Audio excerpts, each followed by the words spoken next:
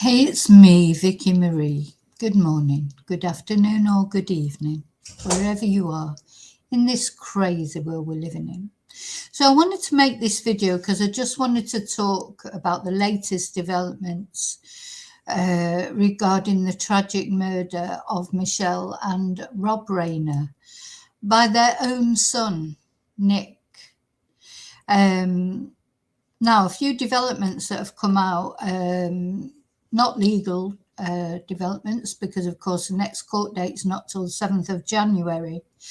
But basically what we do know in this case is that Rob and Michelle were found deceased in their home. I don't think it's been made clear yet exactly where they were attacked, or even exactly that it's been declared that they died of multiple stab wounds. You know, there were rumours that their throats had been SLIT, but were they? But as well as multiple stab wounds. You know, it's not, we're not clear with the cause of death or exactly where they were found. But something that is being reported that's come out according to TMZ, who seem to get the information on things in the sort of Hollywood environment, said that he was diagnosed with schizophrenia and the meds he was on made him dangerous. Now, my heart just bleeds for this couple, because I think, you know, ever since Nick was very young teenager, he had substance abuse problems. He'd been in rehab God knows how many times. His dad and his dad in a good time in his sort of recovery, if you like, had made that documentary or Being Charlie, which was sort of loosely based on his experiences, not autobiographical, but on his experiences when he'd been in rehab or homeless, etc., which seemed to, you know, be well received. But he never really did any other film work after that. And of course, he kept lapsing back into his addictions. So I just feel, honestly, my heart just breaks for this couple, because I think they probably tried everything they could. You know, they had resources, they had money, and it just goes to show that money can't always help you. You know, in these sort of cases, you know, not only they ended up, you know, just not knowing what the hell to do. Sorry, let me just share that. Not knowing what to do, they ended up being murdered. So basically, I just wanted to talk about this, but also, so apparently his medicine made him dangerous. The doctor was looking for the right medication for him. And it says, according to TMZ, in the weeks leading up to the murder of his parents, the meds he was taking made him erratic and dangerous. And two sources with direct knowledge tell TMZ he was under the care of a psychiatrist for mental illness. And we're told in the month before the murders, Nick's behaviour had become alarming. And they've got a little video here of him wandering the streets. You know, I do feel this sympathy for Nick, because I just feel, I don't know, he's killed the people that loved him the most, perhaps the only people who loved him, because he will have been hard to love, even by his siblings. I'm sure they tried their best to love him and probably did love him unconditionally, but sometimes when somebody's in that frame of mind, they can't accept love. And, you know, although his parents undeniably loved him, tried their best, well, you know, they couldn't help him, and he'll end up probably in prison for the rest of his life, one way or another, or in a mental hospital, of course, I suppose. He is a danger. I do think once you've got to this sort of stage with the mental illness, I don't know that there is a way back. I don't know, maybe So he's just wandering around. What's he thinking? Apparently he's catatonic at the moment. Again, something I was reading, but I don't know if it's true, that he's practically catatonic and he doesn't even really understand that his parents are dead. What is the answer? I mean, certainly, just let me stop that. Certainly these two people, bless them, they tried their very best. I do always think when I look at Michelle, she looks unhappy, to be honest. So apparently, according to TMZ, he had recently received care at a Los Angeles-based rehab facility that specializes in mental illness and substance abuse. We're told the facility charges $70,000 a month, and lots of rich, powerful parents send their troubled kids there. God, it would be like the who's who of, children of famous people. And our sources say 3 to 4 weeks before the murders, doctors changed his meds and he became even more erratic. And our sources say the doctors were trying to adjust the medication so Nick stabilised, but it wasn't working. Now, I would imagine that this couple, they were frightened that Nick would do something to himself, maybe. So apparently that party that they went to at Conran's house the night before or the same night when this happened, because we're not sure, we don't know yet exactly what time it happened. He was not invited, but Rob and Michelle asked if he could come along. They probably didn't want to leave him on his own. They will have been worrying about him. He apparently went along dressed like a bum, and it was a formal thing, but they shouldn't have let him go like that, dressed like that. But anyway, never mind. Thing is, there's a lot of things that you think, oh, shouldn't have done this, shouldn't have done that. But until you're in that situation, I expect they were desperate for him to be better. And they wanted to take him so he won't be at home alone, is the likely thing. Because even though he's 30, don't think that as your children get older, you won't have to worry about them anymore. You'll have to worry about them more, even more, especially when they get involved in drug addiction, etc. So one source told TMZ once the meds were changed, Nick was out of his head. And they also say, now, was he carrying on taking substances? They said his substance abuse was worsening the schizophrenia. And based on what we're hearing, this is going to be a case where Nick will plead not guilty by reason of insanity. What's this? So it says Nick Reiner, calm but in a fog. Calm and in a daze after his parents' murders. So very sad, isn't it, really? Says he's not been able to fully process it. I mean, he'd be drugged up to the eyeballs now, with drugs to calm him, etc. So our source characterises him as calm, cognizant and dazed, and he is not even close to processing what's happening. So this again looks, maybe it's the same video, just wandering around aimlessly. We still don't know how the police tracked him down in the end. Did he call? Did the hotel call? Did someone see him? Did the family? Was he traced by mobile data?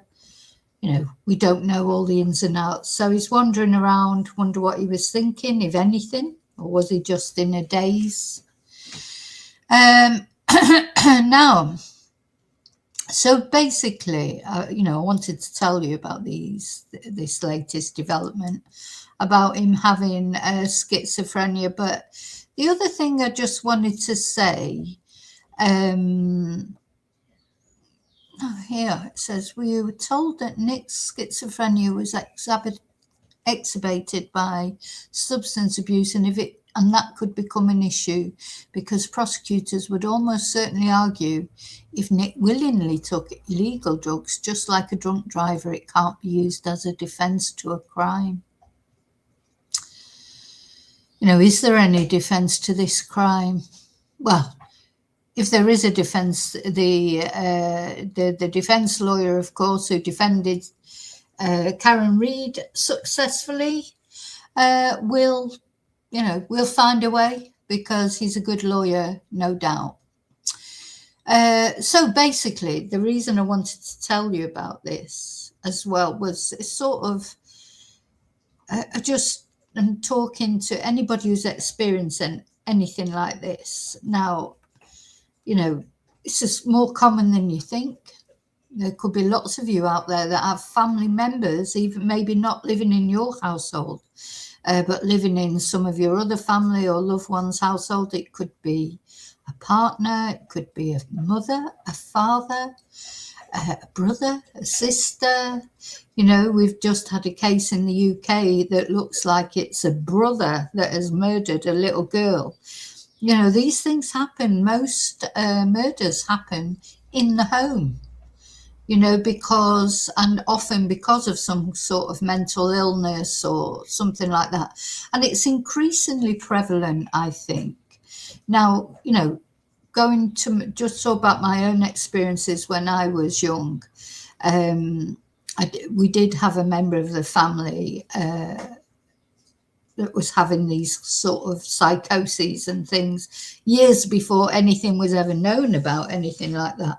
And the thing is, what you have to see is it's very difficult for a parent, especially, more even for a parent than anyone, but for anyone to report their family member, say to the police, or to phone an ambulance to get someone sectioned, or there's people out there, they're living in fear and in danger daily from people within their home. This is their home. You should feel safe in your home.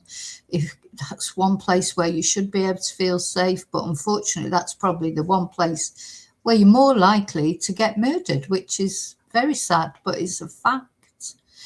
And there's many people, and now, I'm not advocating that you all ring the police and get your loved one taken away, but if you are trying to cope with it, I've just got a few words of advice. First of all, don't try and cope with it without any professional help. I mean, it seems like the Rainers tried their best to get professional help for Nick, but it didn't work. But anyway, you need professional help. Definitely need professional help. I think if you imagine if your loved one had cancer. Now, you wouldn't try and give them chemotherapy yourself, would you? You wouldn't, get the thing set up at home so you could administer the chemotherapy. You're not a professional. You're not a professional doctor, nurse, psychologist, psychiatrist. You're not. And you also, your judgment is tempered by the fact that this is your child or your brother or your sister or your mother or your father or your partner. Your emotions mean you will not act rationally. You just won't. It's not a criticism. It's not, that's the way it is when emotions come into it. Everyone can see what people should do from the outside, but unless you're actually living in it, with the emotional pull, etc., you do not know what you might do, might not do, etc. So my advice is obviously seek professional help. Now, just as you would if your loved one had cancer or had a broken leg or had any sort of physical illness, you would take them straight to the hospital. You wouldn't try and plaster someone's broken leg yourself. So, don't think that you can do it with mental illness either. Now, you can give them a safe place, so that they're safe, cook them meals, try and get them in some sort of routine. With an adult like Nick, you can't make them do things. You just can't. Can't make them take their medication unless you slip it in their drink or whatever. You just literally cannot. So, you have to make a safe environment for them so that they feel safe. But also, what you must not forget is making a safe environment for you. And you are, I say it quite often, you are the most important person. And you literally are. Because now, like what's happened with Nick, once you're gone, who's going to look after this adult child of yours, or your partner, or your father, or your mother, or whoever it is that you're trying to cope with looking after? You have to be safe. It's more important really for you to be safe.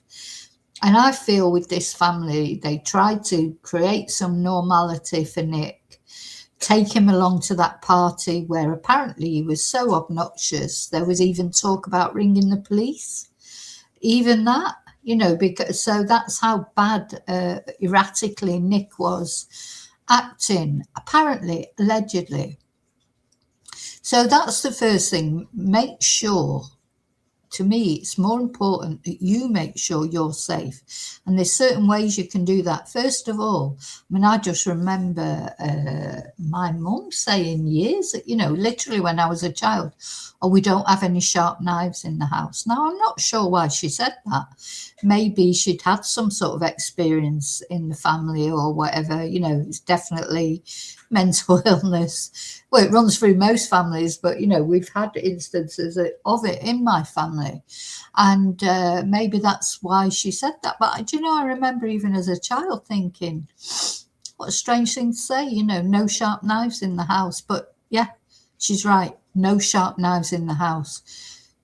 Don't forget, if you're, especially, I won't, to me, don't have any sharp knives anyway, really. I know you've got to cut up your veg and this, that and the other, but just try not to have really sharp ones. I don't know what the answer is, but maybe not in view. So a lot of people have knife blocks, don't they, that they're right on the kitchen counter or on the table, or right there. Maybe just like with guns, if you put your knives in a cupboard so they're not just easy for someone to just grab in a moment of madness. I think that's important. Keep the knives out of the way, and keep your knife. How many knives do you need? 2 probably at the most, even 1 maybe. You don't need loads of knives. Other things, now, I feel like I'm being dramatic here, but it's true. Hammers, stuff like that, keep them out of the way, out of sight, so they're not just lying around.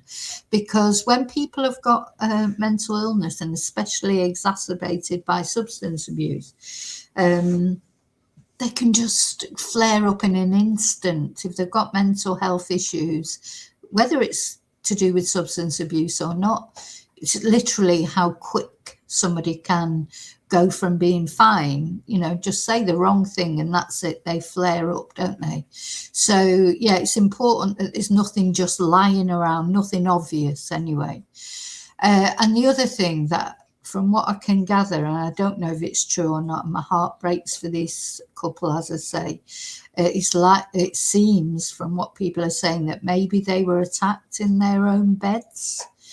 Now, when you go to sleep, that's when you're at your most vulnerable from anybody, from any attacker, isn't it? If you don't have a dog in your room, especially, or, if you're just, you are vulnerable. And if you've got somebody like Nick was, highly volatile, been diagnosed with schizophrenia, they didn't know what he was going to do next, did they? For me, and to be honest, I always do it, and I always have done it. I think it worries sometimes. I've taken in my interpreting role as, interpreting for people who had to go to the police station here in Spain. Sometimes they were literally in bed and woke up for a robber looking at them, standing by the side of their bed and looking at them. And that just chilled me, that to hear that.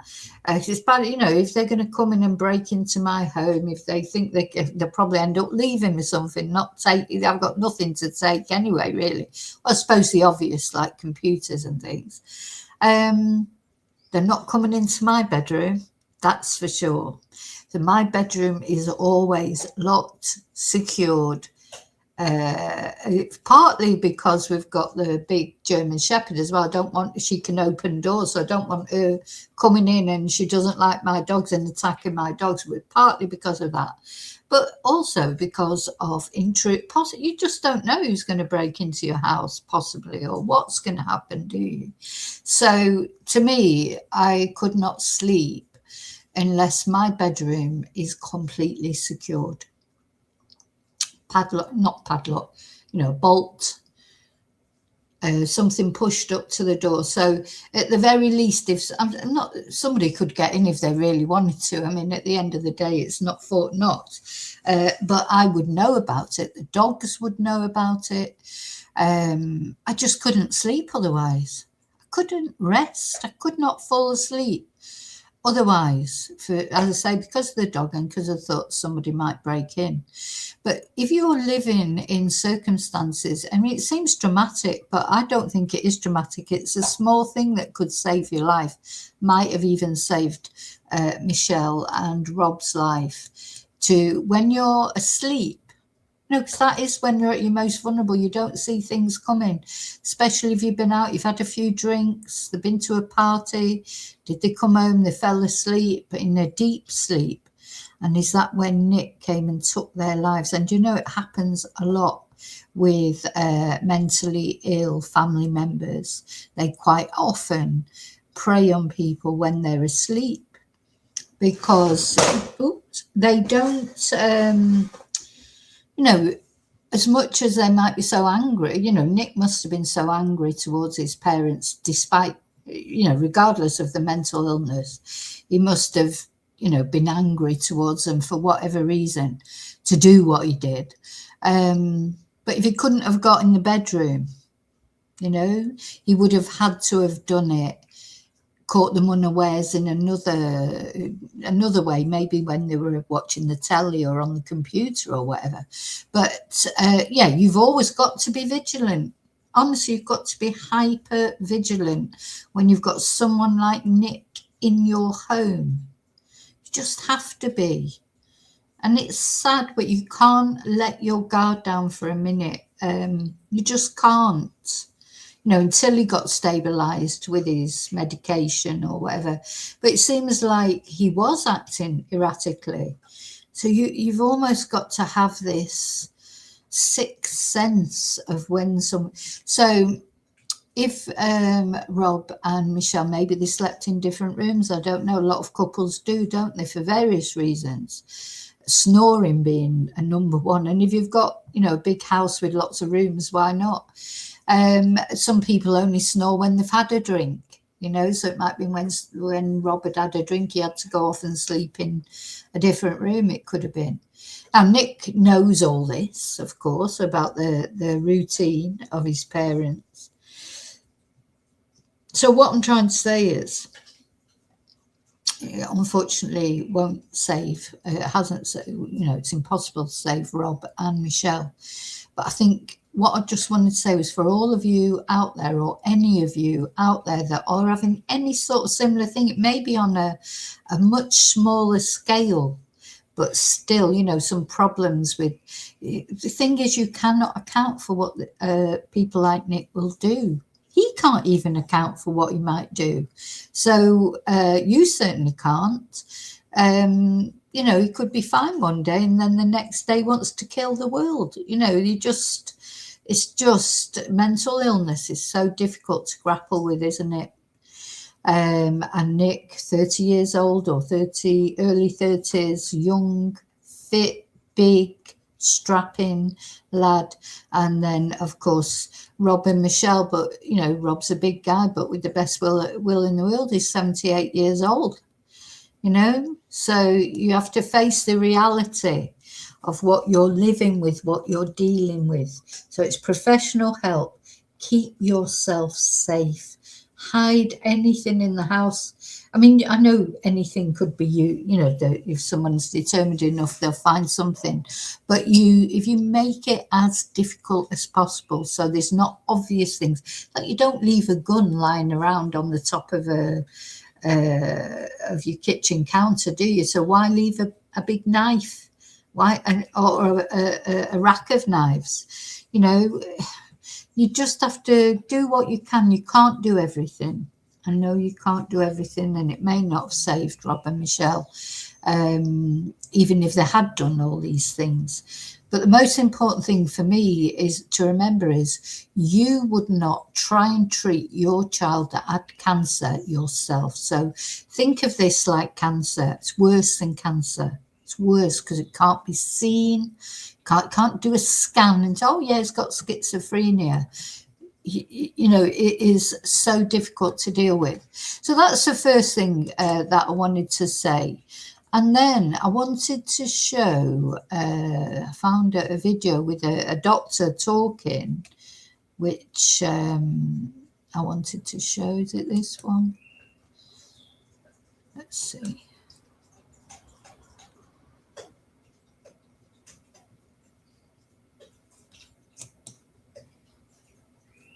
Oh, that's not coming. Ah, no, it's this one. Very interesting short video, this news video from Fox.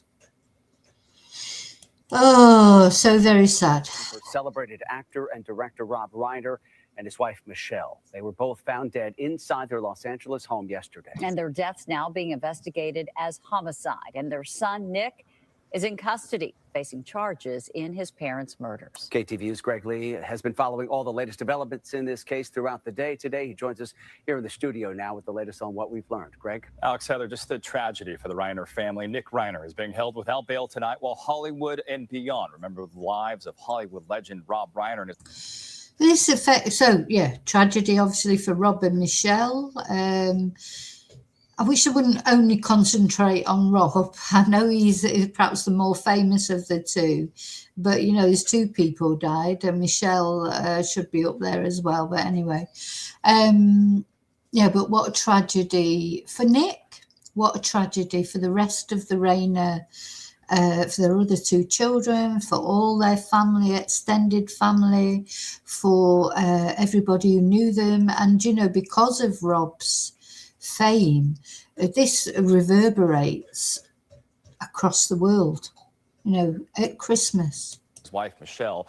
Rob leaving behind a huge impact on the industry and a legacy of advocacy. A memorial continues to grow on the Hollywood Walk of Fame at the star of legendary actor and director Rob Reiner. Fans and friends paying respects to the industry giant. Everything that he's done, his humanity, his empathy, his charm, he was humble, he was down to earth. His writing kind of spoke to so many different kinds of people. Police said the 78-year-old and his wife, Michelle Singer Reiner, were found dead inside their home in the Brentwood neighborhood of Los Angeles. Their son, Nick, arrested Sunday night. LAPD saying Monday he was, quote, responsible for their deaths.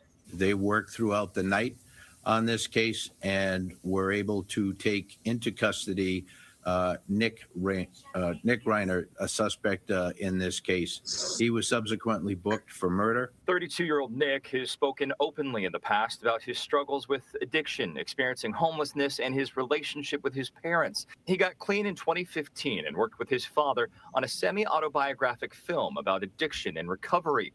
TMZ reports a fight broke out between Nick and his parents at a party Saturday night. Something happened, though, where there was a big blowout argument, we have been told, between Rob, Michelle, and Nick. And it was so intense that they felt like they should leave the party. Actor Billy Crystal, who worked with Reiner on a number of films, including When Harry Met... Yeah, so they felt that they should leave. They left. I read as well that it was considered by some of the people at the party to actually even call the police. This is Billy Crystal, of course, who lived nearby and was in When Harry Met Sally and was a very, very good friend of Rob's and Michelle's. And they actually went to the house and apparently went in the house when the bodies were still in there.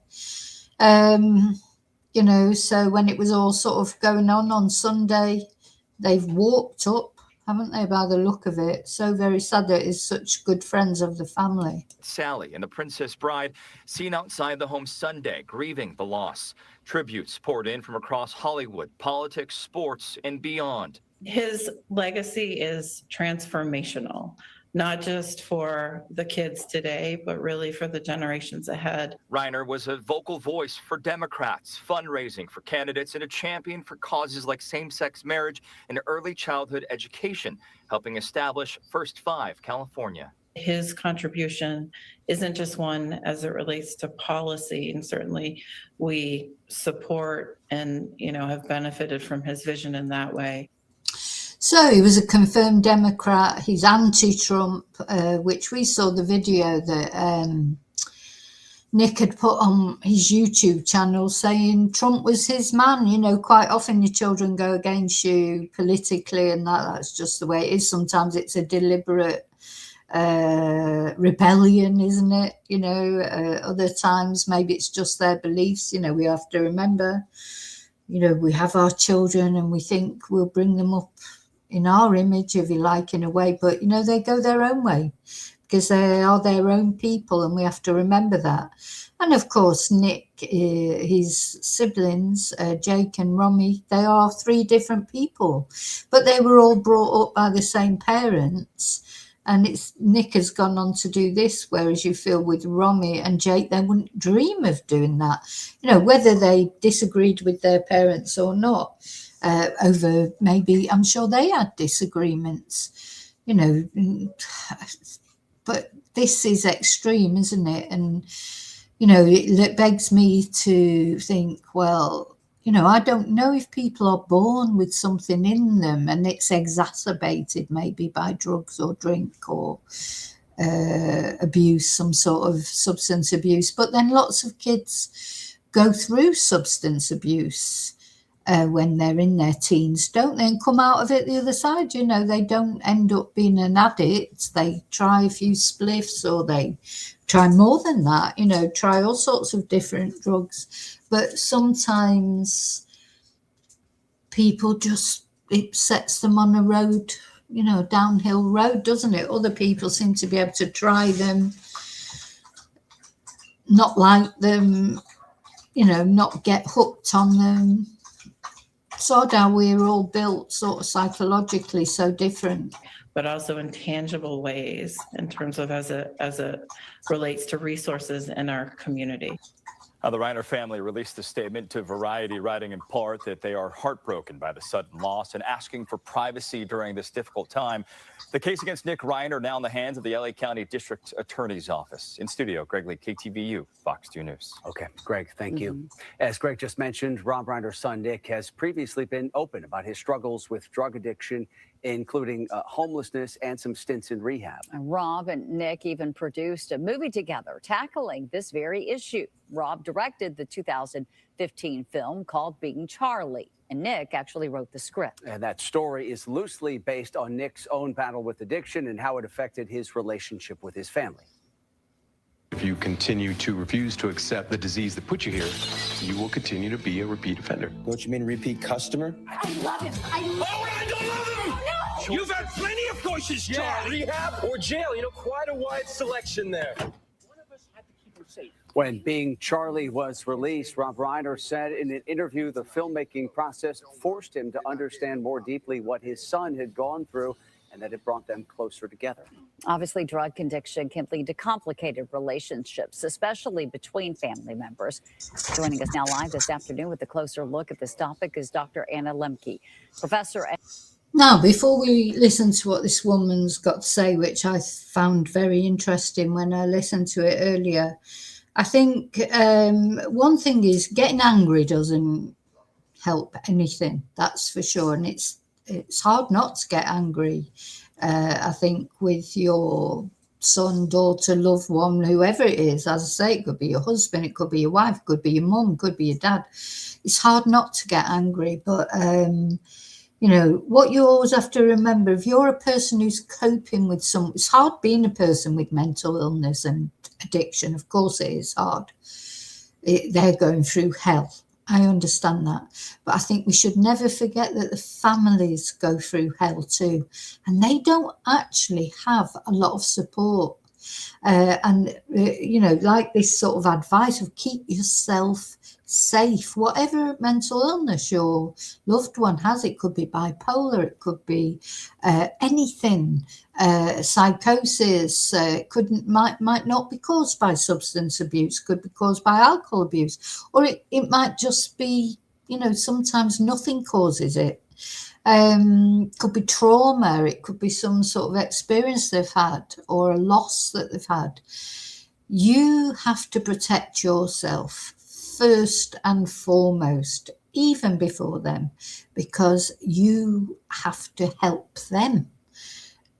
So like if your loved one sort of decides to take to their bed for 3 days, you're there to look after them, try and encourage them to come out of their room, or, at least cook them a nice meal, or get them, try and do what you can.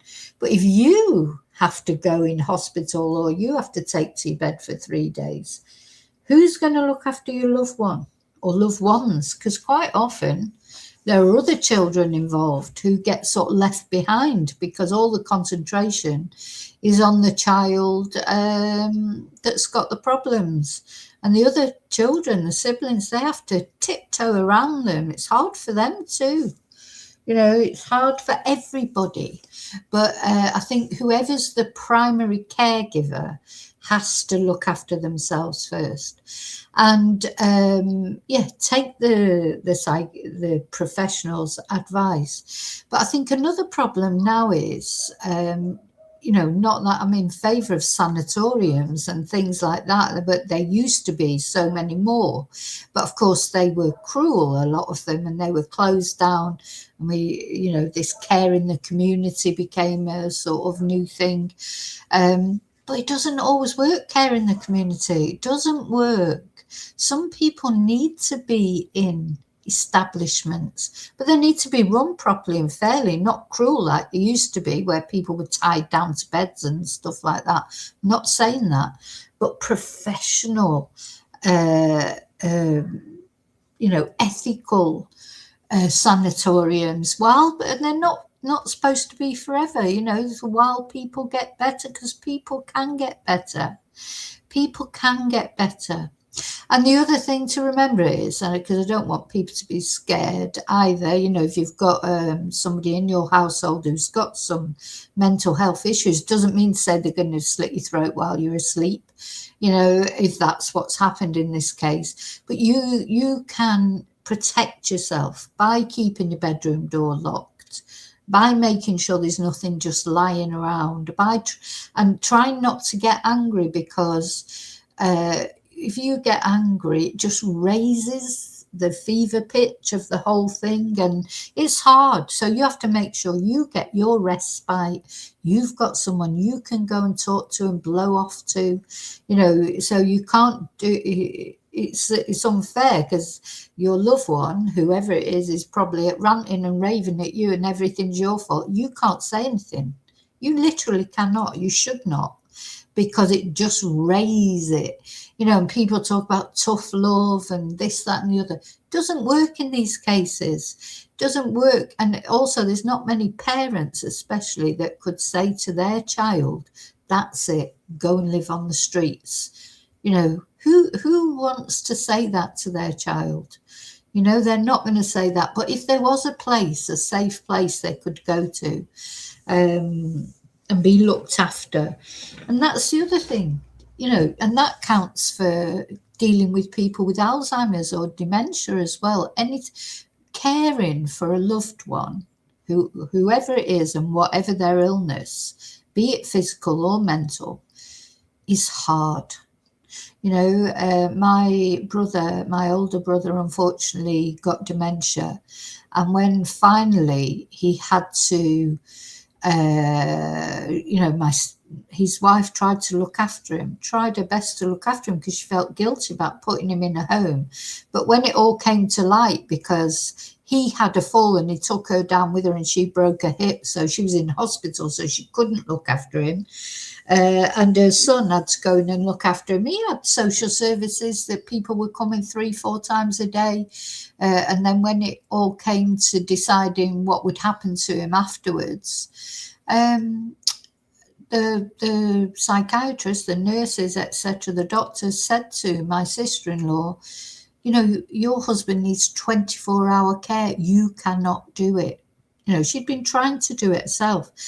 And it's the same with mental illness, any illness. You can't do everything. You have to be kind to yourself. And it's hard because that's your loved one. You don't want them to be arrested. You don't want them to end up on the street. You don't want them to take their own life. You don't want any of those things. But, you know, part of it is out of your control. But all you can do is keep yourself safe. Keep them safe as much as you can. Look after them the best you can. You're not superhuman. Nobody is. You literally have to be kind to yourself. And medical director of addiction science at Stanford University. Really appreciate you taking the time this afternoon. Such an important topic. Drug addiction, as we all know, can not only affect the person struggling with substance use, but the family as Especially well. Describe the family, toll that it can take.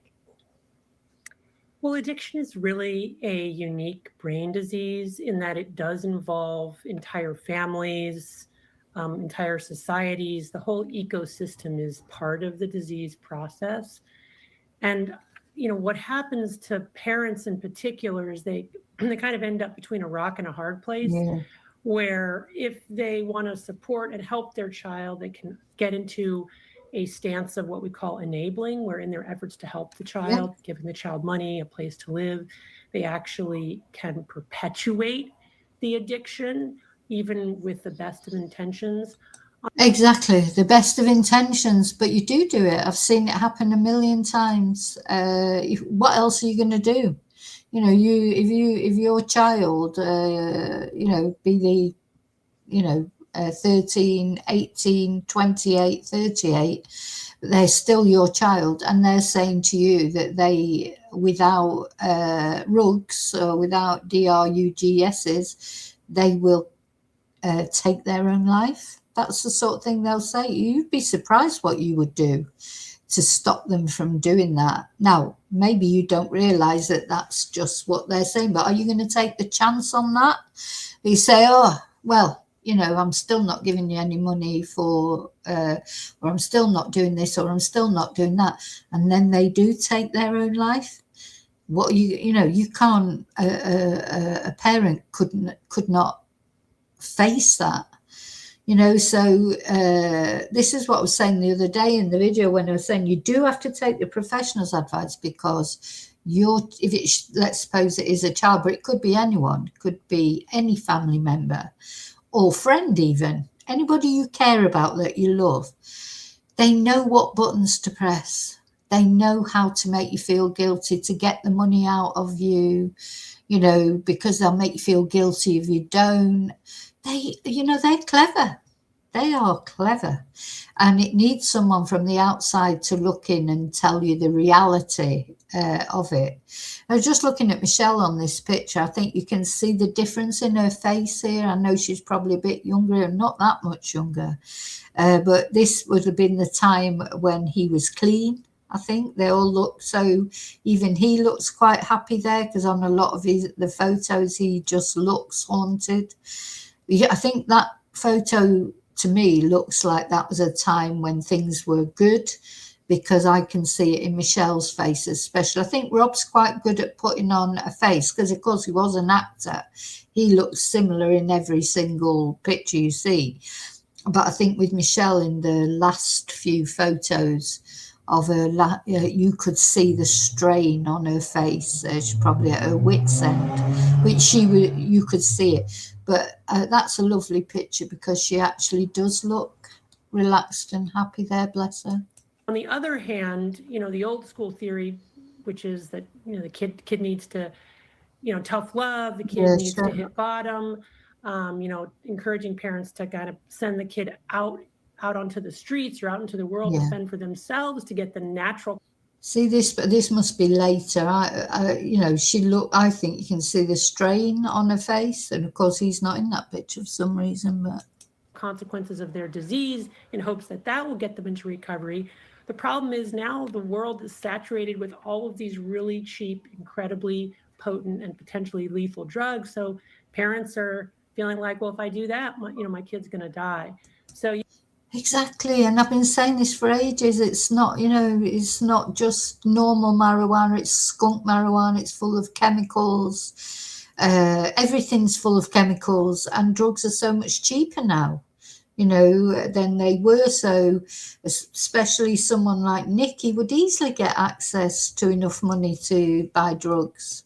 You get this very complicated dynamic, and there's no one easy solution. Yeah. I mean, obviously, it was clear that Rob and Michelle were dedicated to trying to get Nick the help that he needed. He had, had stints in rehab ever since he was a teenager here, but obviously it didn't work. Why do drug rehabilitation programs, treatment programs work for some people and not for others? It's a great question. We don't really know the answer to that question. We do know that when people actively engage in treatment, they do get better, and they get better at rates that are on par with the kinds of recovery we see with other types of chronic relapsing and remitting disorders like obesity, depression, heart disease. So we know treatment works. But why it is that some people engage and others do not, is really not something that we fully understand. Further, people can get into recovery and have, years, if not decades, if not a lifetime of recovery, and yet still relapse, right? A stressor or an exposure to another drug, not their drug of choice. Now, Nick himself, he said he just wanted to relapse. He wanted to go back to his old life, doing what he wanted, smoking marijuana, not having any limits on him. He liked it. I think that's something that people forget as well. A lot of people, their addiction, but they like it.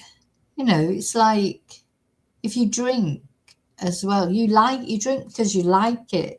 It's not really much point in drinking if you don't like it, or if you smoke, it's because you enjoy it. It's not only that it's an addiction, of course it is too. Sometimes it's because you actually like it, and Nick said that himself. He wanted to go back to that life. It was an easy life. He's just sitting around all day playing, smoking weed, playing his video games or whatever he was doing, and just really a nice, easy life. He could have set himself some goals when he was clean. After he made that film with his dad, he could have tried making another film, or maybe he was just lazy. Sometimes people are lazy. That just the way it is, and they have addictions because they like them. Voice could trigger a relapse. I want to emphasize, I don't know anything about the Reiner family or their son, so I can't really speak to that specific situation. But relapse happens, and when people, are in their addiction, they can become psychotic, lose touch with reality. They can harm themselves and other people, and really only have very limited awareness of what they're doing.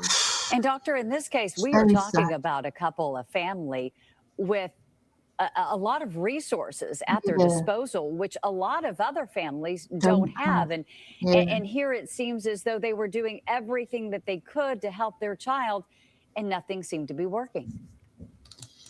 So again, I just want to say, if anybody out there is experiences in this kind of thing, or knows anybody who is, or honestly, my heart just goes out to you, because if Rob and Michelle, with all their resources, couldn't have any more resources, could you? They could give him somewhere to live.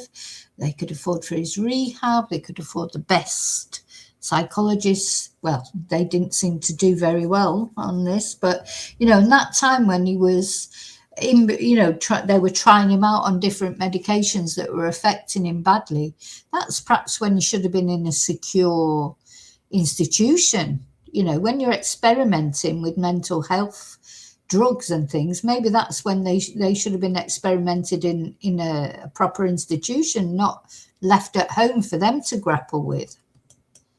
Yeah, I mean, it's a sad reality, right? That even with all of the access to all the best treatments Not everybody is going to get better. Sometimes that's because the child won't engage in the treatments, but sometimes it's because even when they do, it doesn't work. So again, it's a very complicated thing. And, it's a really hard problem. And my heart just goes out to the family and all the families out there struggling with a child with severe addiction. Do you think that a high-profile case like this of addiction that obviously led to such a tragedy here, do you think that there could be families who see a story like this and it maybe prompts them to take action to try to get someone in their life the help that they need?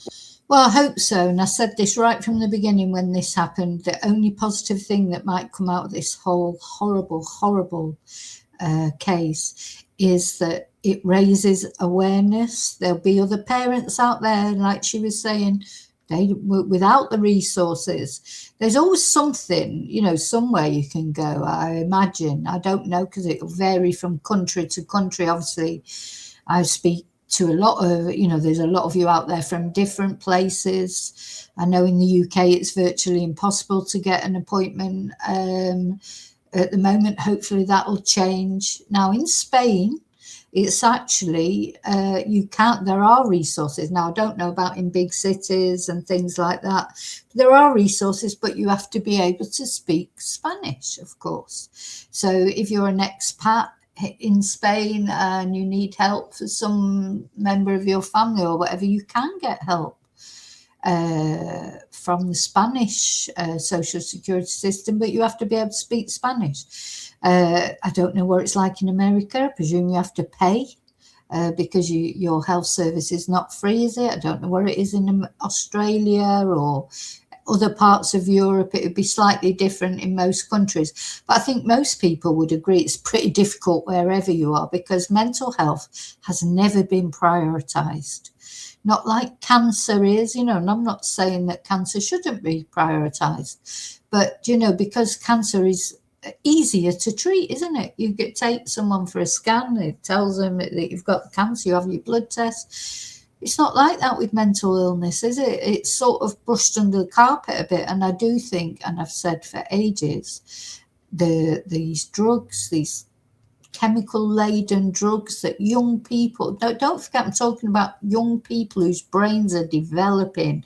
They don't stop developing until they're 25. So if in that period of time between when in puberty up to being 25, they're smoking drugs, taking drugs or drinking alcohol or whatever they're doing, this is affecting their brain as it develops. And then it's hard then to shake it off. With addiction?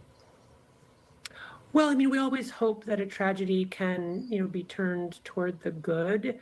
I think that most families out there who have a family member struggling with addiction are working very hard already, to try to figure out what to do to help.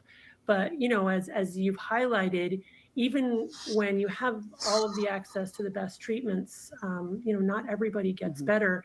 I think one way to conceptualize this is that addiction, like every disease process, occurs on a spectrum. And some people with addiction will die of their disease. So we always hope for recovery, and many people do get into recovery, but it is a deadly disease in some cases. Yeah, it is a deadly All right, doctor, disease. again, thanks so much for joining us. So not only it's a deadly disease for the person who's suffering it, this is the other point, isn't it? Now, if someone has cancer, it is, of course, a deadly disease. And she's right what she said. Everyone has it on a spectrum, don't they? Because some people have cancer and beat cancer. Other people don't, so you can never really predict exactly what's going to happen. Some cancers have better prognosis than others, don't they? Some have, you feel there are some types of cancer that you think that they've got no chance, like pancreatic cancer and things like that really have a low sort of prognosis of survival, but breast cancer, throat cancer, they have a good prognosis of survival if the treatment's followed and that. But the thing is, it's the person who's got the illness that is in danger of dying, not necessarily the family that are looking after them. And this is the difference with mental health, of course. It's just as much a killer as cancer is, and it can kill the person who's suffering from it if they take their own life. But quite often, they take other people's lives. You know, they take their family's life, or they go out and do, you know, atrocities like school shootings or things like that. That's often mental health issues, isn't it? So this is why we just can't, I know it's difficult to put your finger on with a mental health issue, but it's so crucial because it's killing just as many people as cancer, I think, one way or another. You know, what this couple went through trying to protect their son, trying to help him survive, and ended up themselves succumbing to his illness. So I'm just going to summarize basically what I want to say is there's a few things. So one, make sure if you have got someone in your family, be it a child, be it a partner, be it mother or father, because, you know, a lot of people suffer, you know, have to live with people that are suffering this, and they're not, or sometimes it's the parent that's suffering the mental illness. Remember to protect yourself, you know, as much as you can.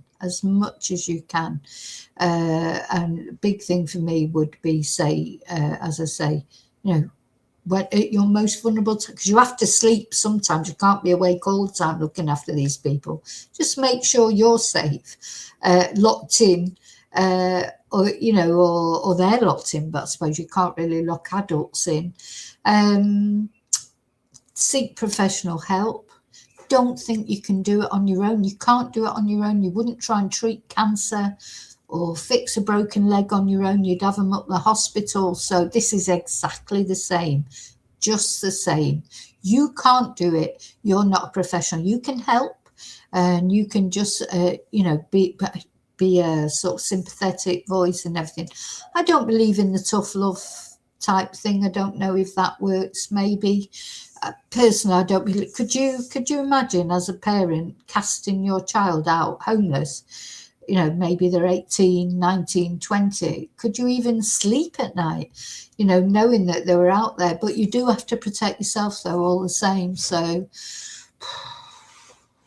it's difficult. There is no, you know, easy answer. But I do think you have to think about your own protection. And not feel guilty about it, because you know what, addiction, no, unless you have been really horrible to them or whatever, but quite often they will imagine that you have. They'll say terrible things to you. You have to try and stay removed from it. Sometimes it's the addiction speaking as well. Don't take it personally, the horrible things that they say, and you need help. You need support as well, you know. Psychological support to cope with living with an addict or someone with mental illness. It's not easy. It's definitely not easy. Nobody, you know, unless you've been through it, as I say, those poor parents, and you know, it all looks easy from the outside. Well, they should have done this or they should have done that. They will have tried everything that they possibly can, and unfortunately none of it worked. I think that's about it that I want to say so far about this case, but it's an interesting development that it turns out he was diagnosed with schizophrenia. How will that affect his defense? Will it be a defense, you know, not guilty on the grounds of insanity? Be interesting to see how his solicitor goes with this, what they decide. They haven't made a plea of any kind yet. Be January before we know what the plea is going to be. And what will Nick's mental state be that by then? You know, we're talking about 3 weeks away. Maybe he'll have recovered a little bit by then. Maybe he has forgotten what he's done. Maybe he wasn't in his right mind. But it doesn't, unfortunately, affect the fact that this couple, you know, have had their lives taken for them in probably the most horrible way you can imagine. Your own child. That's a horrible way to go, isn't it? I sort of hope they were asleep, really. Hope they didn't realise what was going on. I really do. But see how you can see with Michelle's face there, I think you can see how this is the toll that it's taken on her, bless her. Okay, so I'll see you really soon in the next video. And until then, may your God go with you.